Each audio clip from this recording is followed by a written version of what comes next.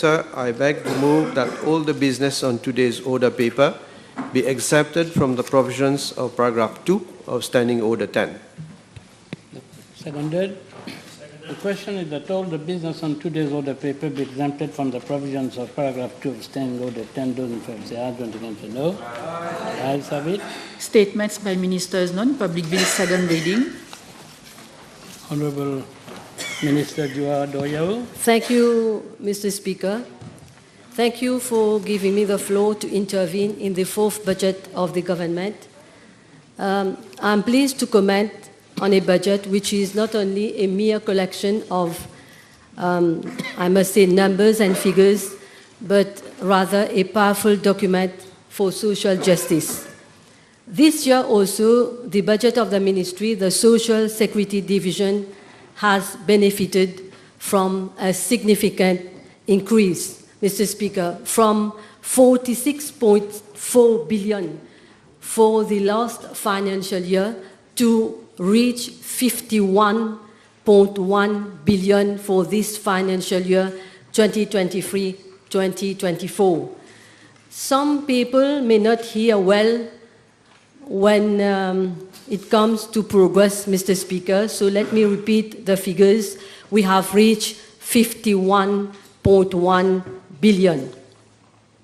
We all know that the Social Security Division is the main implementing agency of the social policies of the government.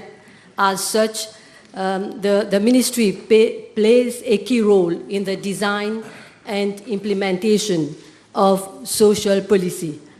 Monsieur le Président, depuis 2014, nous déployons une politique sociale efficace au service de nos aînés, les personnes en situation de handicap, les veuves, les orphelins et ceux qui sont économiquement faibles. Notre gouvernement a toujours soutenu le modèle social et d'année en année, nous renforçons le socle social. Voilà pourquoi le budget de la sécurité sociale a atteint 51,1 milliards. La première question qu'on se pose, quel était le montant de ce ministère en 2014? It is good for us to know. Quand on a pris la barre en 2014, Monsieur le Président, le budget était à 13,9 milliards. De 13,9 milliards en 2014 à 51,1 milliards pour cette année financière. And we should not forget also that the present budget, 2023-2024, was presented in times when the economy is recovering post-pandemic. Now the second question will be, how much increase, Mr. Speaker, from 2014 to date? Le calcul est simple. La différence entre 51,1 milliards et 13,9 milliards vous amène à environ, roughly, 37,1 milliards. Donc, une augmentation de 37,1 milliards depuis 2014 jusqu'à maintenant. Never in history, Mr. Speaker, has the budget of the Ministry of Social Security registered such a significant and substantial increase. Today, the ministry topped the list of all ministries.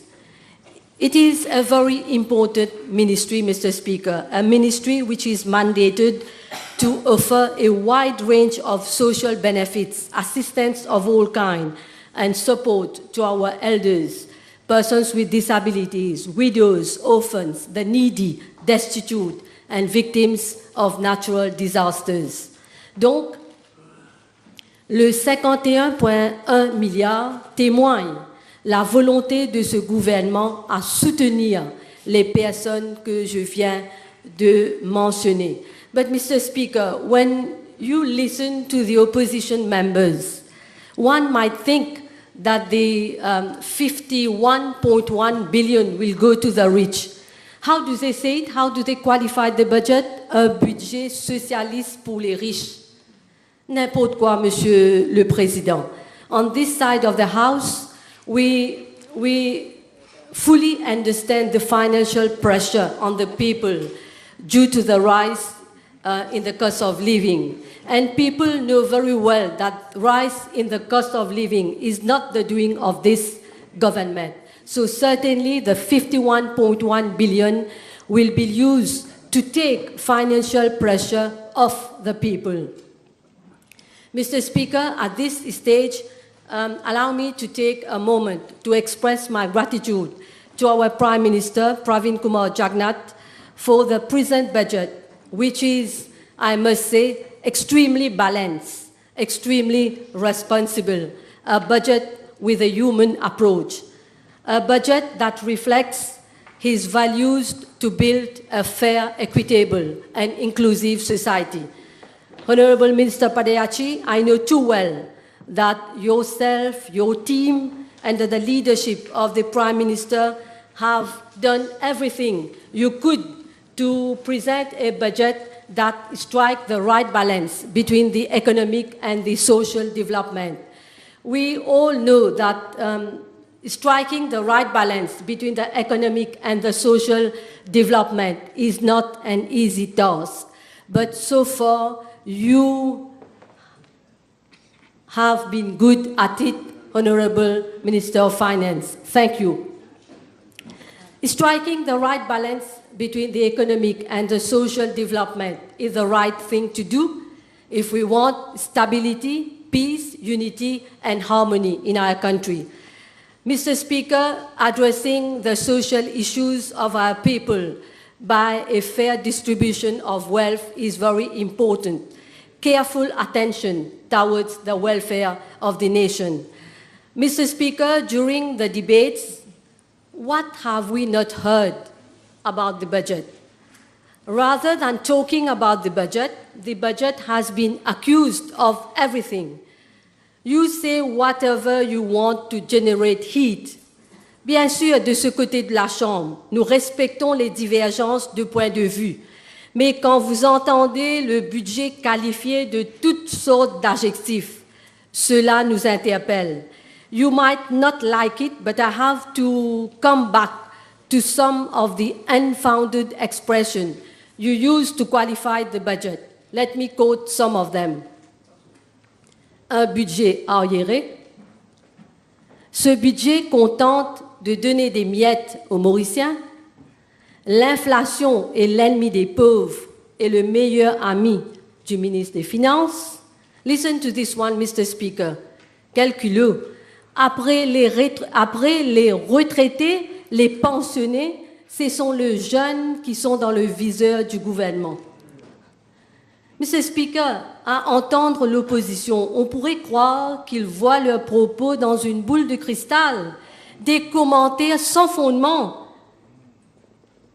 I can continue, I can go on and on. Budget mea culpa, budget décevant, c'est un budget de fin de règne. This one, Mr. Speaker, I have not been able to digest it. Fin de règne selon qui? Hein? Fin de règne selon qui? Selon ceux qui n'ont même pas eu le courage de faire un meeting 1er mai? Hein? Hein? Quelle arrogance! Hein? Fin de règne. Fin de règne pour ceux qui essayent de s'amadouer pour former une alliance? Hein?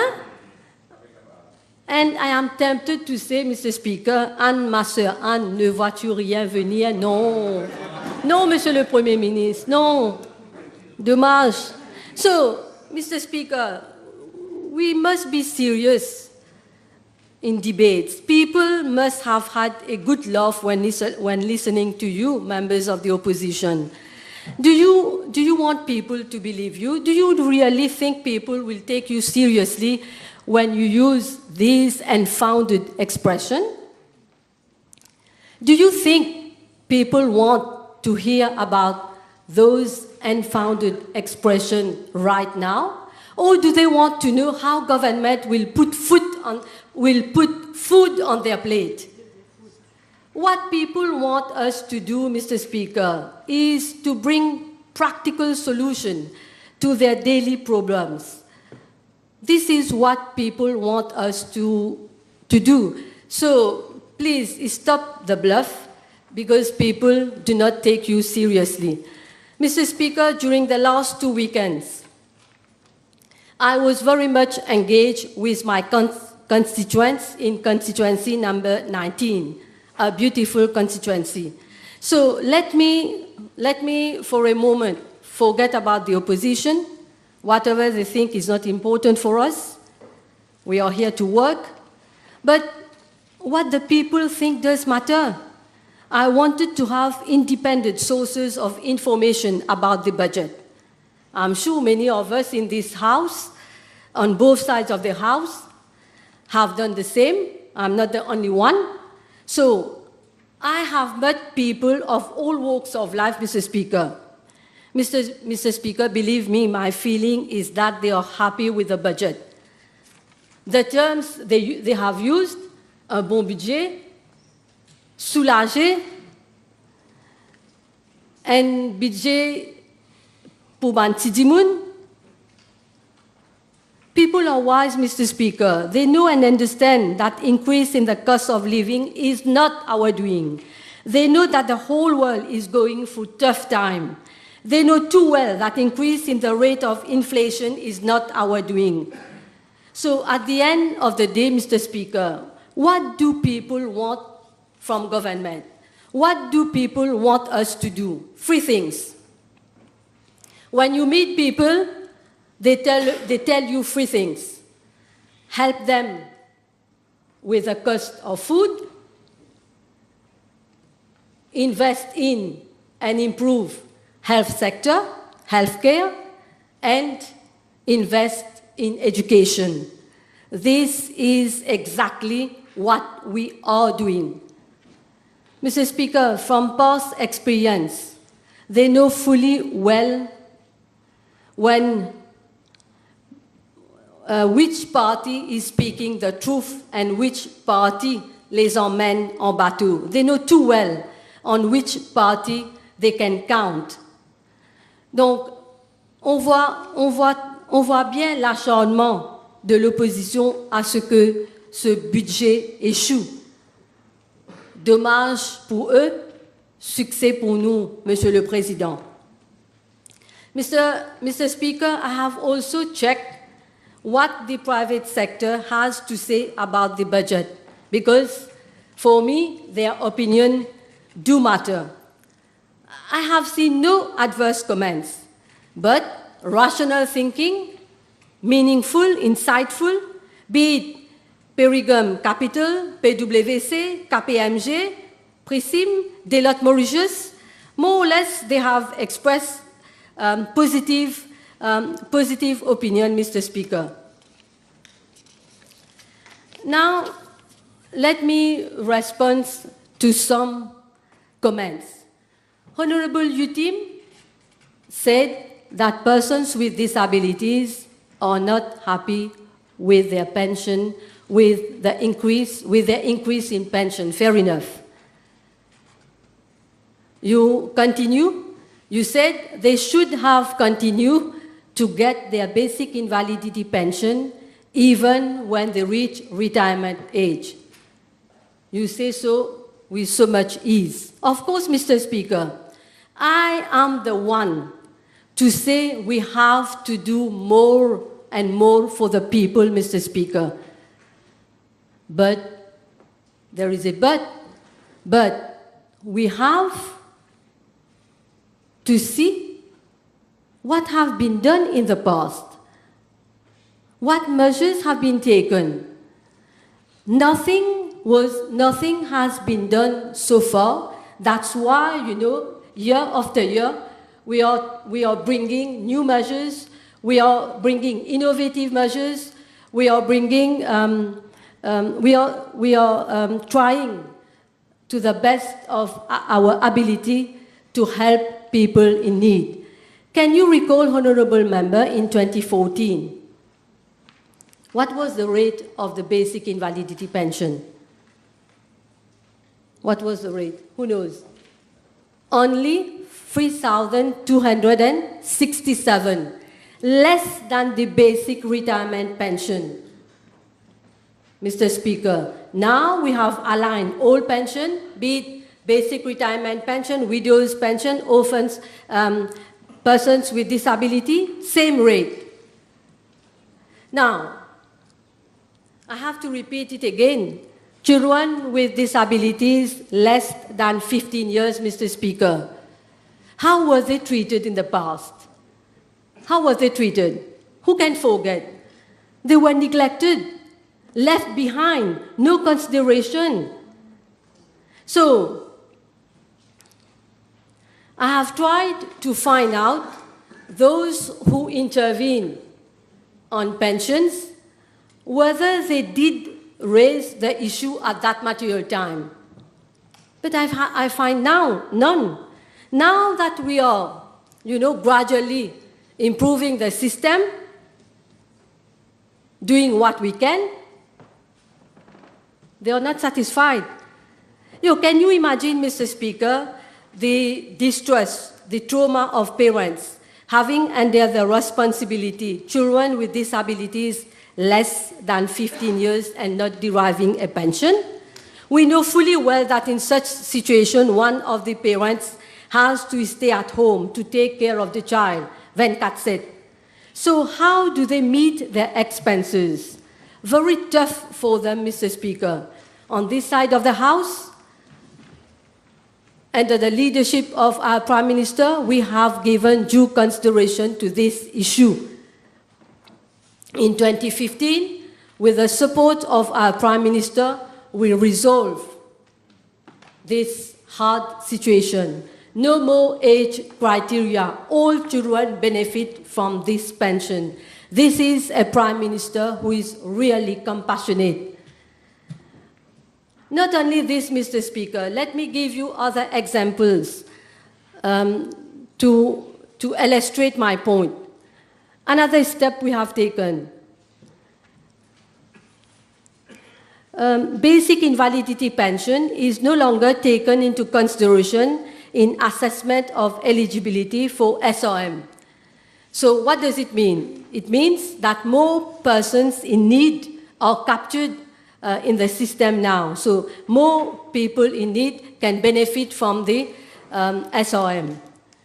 We have also expanded taxi fares for students with disabilities of primary and secondary schools, because previously it was only to the benefit of tertiary students. So now we have extended this benefit to primary and secondary schools. So who do not recall the status of Muslim widows whose nikah were not registered? We have resolved this issue also, Mr. Speaker. Their nikah have been totally registered and they are now deriving their widow's pension of 11,000 rupees. So what were you? Now we have increased.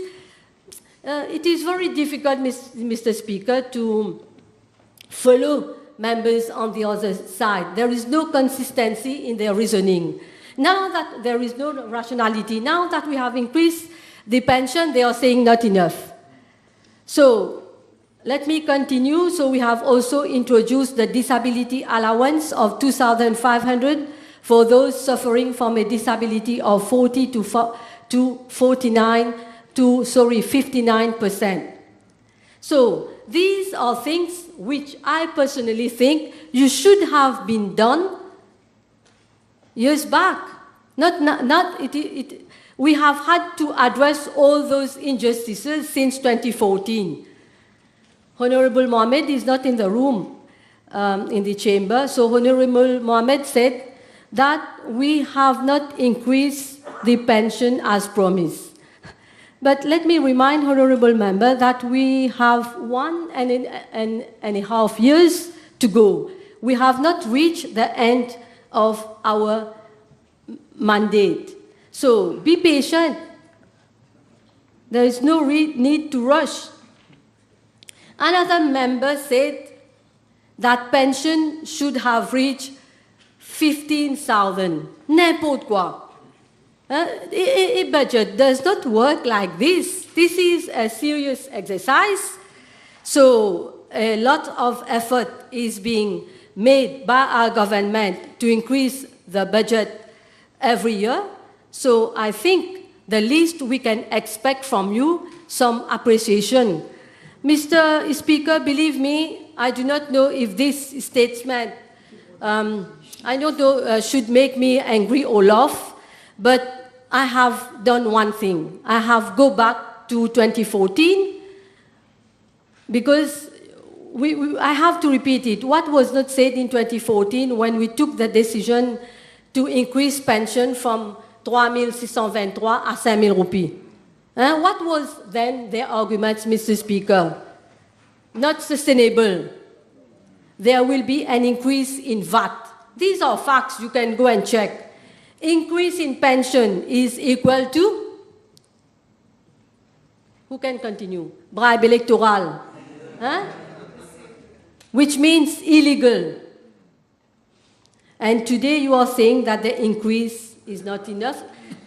Which is which? So very difficult indeed, Mr. Speaker, to follow the reasoning of honorable members on the other side.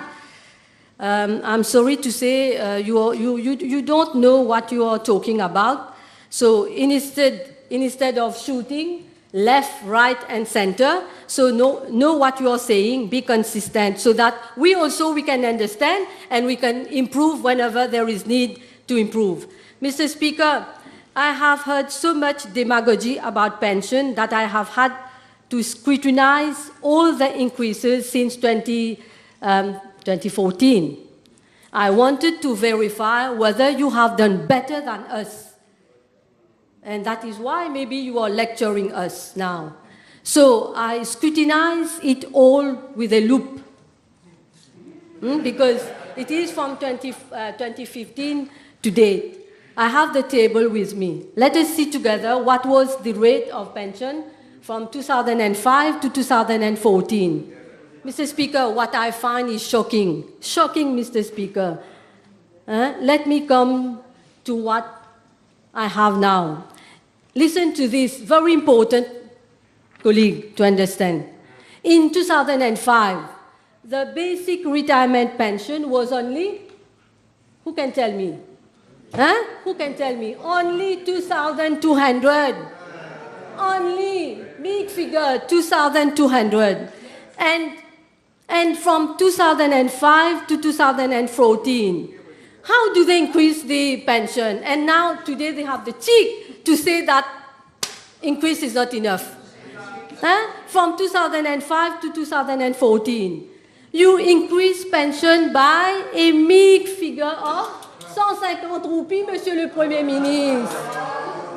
150 roupies à 200 roupies. S'il vous plaît. Not monthly, yearly. Yearly. 150 roupies, 200 roupies, yearly. Aïe, aïe, aïe, aïe, aïe, aïe. Aïe, aïe, aïe. So,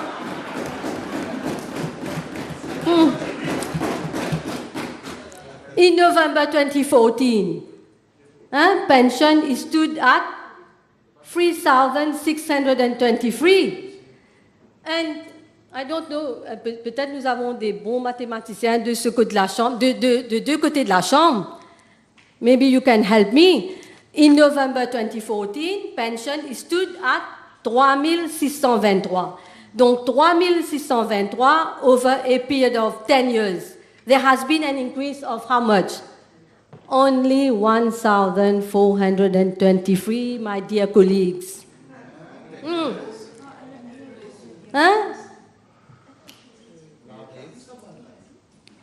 And this is the way. This is how our elders, dear elders, seniors, persons with disability, widows, orphans were treated. Do you really think our seniors, widows, persons with disability deserve only an increase of 1,423 over a span of time? 10 years? 9 years? 10 years? And today you dare say the budget is décevant? when you were giving big increases of 150 rupees, 200 rupees per year over 9 years? Mr. Speaker, on this front, we value our seniors, persons with disabilities, widows, orphans, needy, destitute. For us, every person matters, Mr. Speaker. And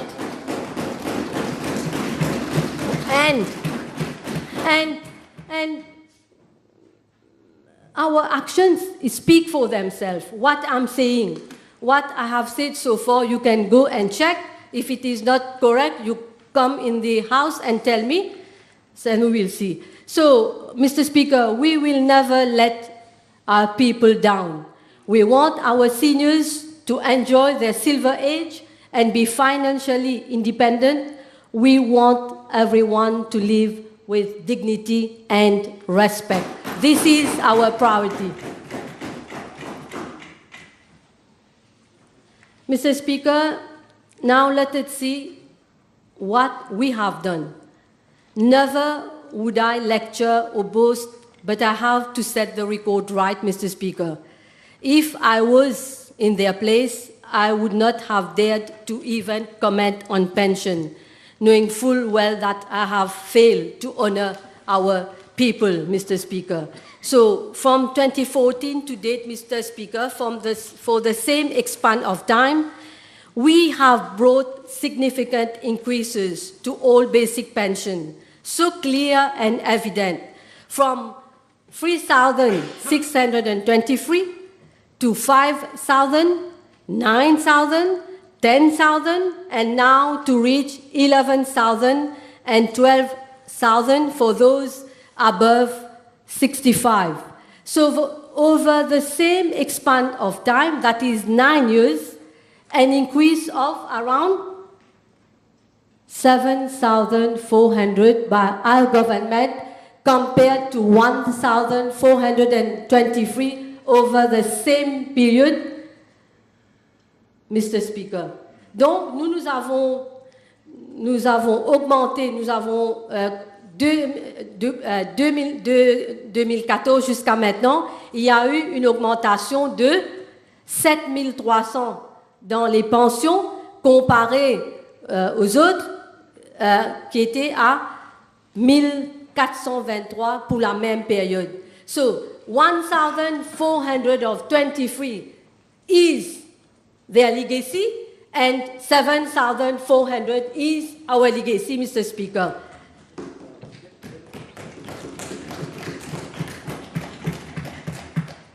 Now that I have explained lengthily how we have increased pension, I don't know, I put a question. Do you still think that ce budget contente de donner des miettes aux Mauriciens? Hein? So you have to, I don't know, go and check all what I have said so far.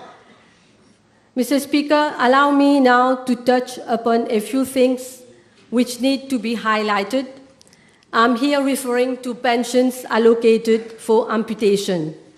Henceforth, all persons with amputation below or above knee, below or above elbow, will be eligible to the basic invalidity pension, Mr. Speaker. This is a big step in the right direction. Mr. Speaker, on this side of the House, we hear the people, we listen to them, we have worked on their requests, and we have been able. This is one of our achievements in the present budget, Mr. Speaker. Il fallait faire quelque chose. I could not, we could not, the Prime Minister could not left this issue unattended, Mr. Speaker. We cannot sit back and see what happens. Actions need to be taken, so we got it done, Mr. Speaker, and this is what they call un budget arriéré. So I leave it to the appreciation of the people. Let me digress to address a remark made by the Honourable Leader of the Opposition with regard to fake medical certificates. Let me reassure the leader of the opposition that needful is being done to tighten the system. So there is an inquiry ongoing to determine the whole alleged fake medical certificate. So, but we have taken it very seriously at the level of the ministry and the government. So regular meetings are being held with the Ministry of Health to put in place a robust mechanism of checks and balances, very important indeed. So we are monitoring this alleged fake medical certificates very closely, Mr. Speaker. Let me now turn to the Social Integration Division of the Ministry, an important division, a key role in alleviating poverty. Its main responsibility, we all know, is to design and implement various assistance schemes to give a helping hand to those in need, Mr. Speaker. But one of our top priorities, Mr. Speaker, has been the when we came forward with a Marshall Plan to better cater for the vulnerable people. Because without the Marshall Plan, it was very difficult for government to provide support to the needy. So over the years, the Marshall Plan has proved to be an essential tool in the fight against poverty. And I must say, for the first time in history, our government has made provision for a monthly income support to be paid to SRM household. So, Mr. Speaker, I'm happy to see that the poverty threshold has once again been reviewed in the budget. I can safely say significantly reviewed from 10,500 to 14,650, an increase of 39% to help them in their daily life, Mr. Speaker. Social benefits provided for SRM families has climbed up from 394 million to 594 million, an increase of 200 million, so very important to help those at the bottom of the ladder. Mr. Speaker, let me briefly respond to the remark of the Leader of the Opposition in relation to the CSR concept. The Leader of the Opposition said that government should go back to the previous CSR framework. Of course, in order to ascertain whether he was right, I went to find out why the CSR concept was abolished and replaced by the National Social Inclusion Foundation, because at that particular time, I was not in the said ministry.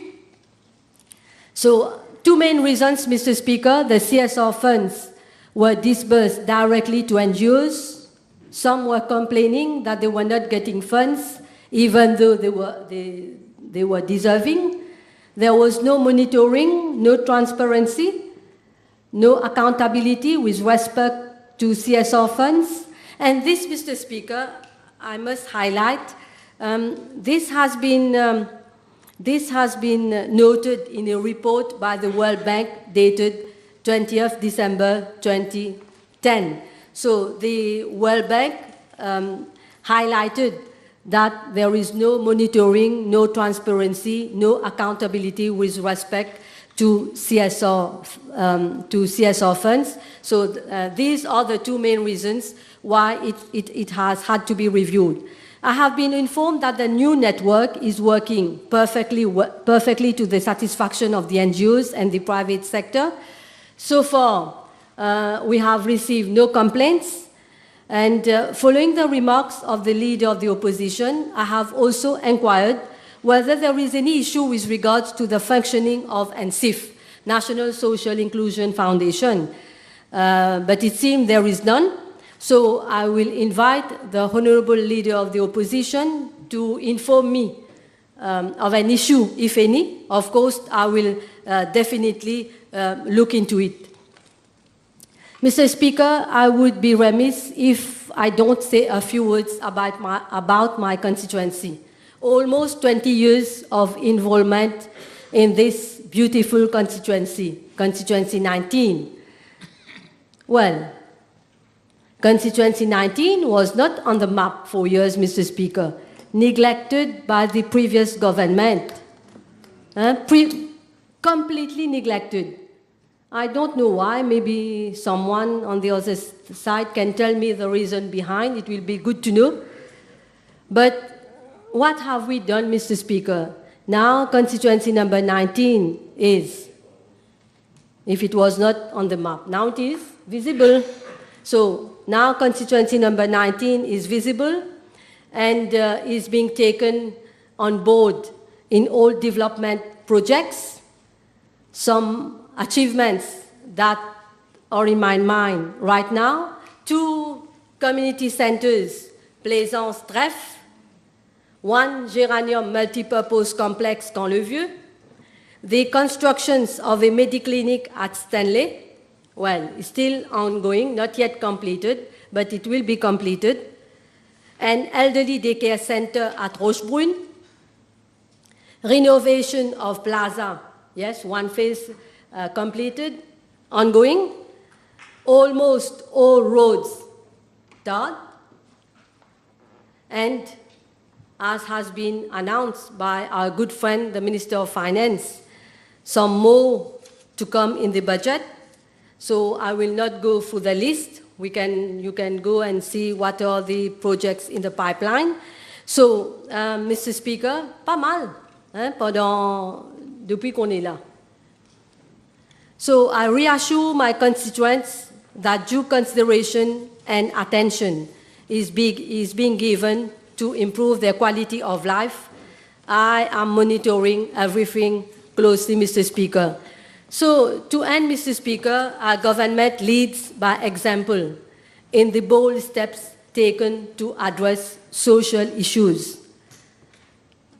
And what I'm saying is not des paroles en l'air. Throughout my intervention, I have supported my arguments with facts and figures which can be verified.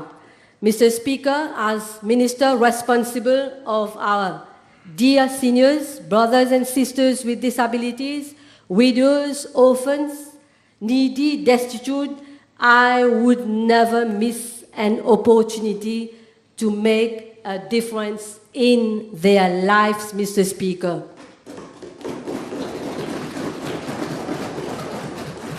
The Prime Minister, my colleague on this side of the House, know. So, Mr. Speaker,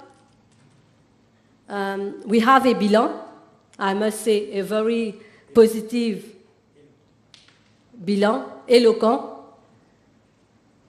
C'est le mot le mot choisi par mon collègue à ma gauche, M. Boula.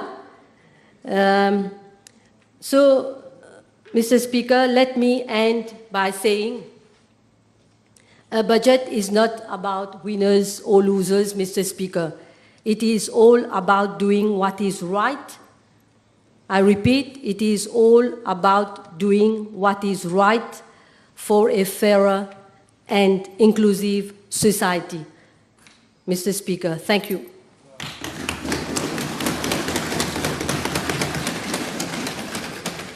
Honourable members, I'll suspend the sitting for 1.5 hours.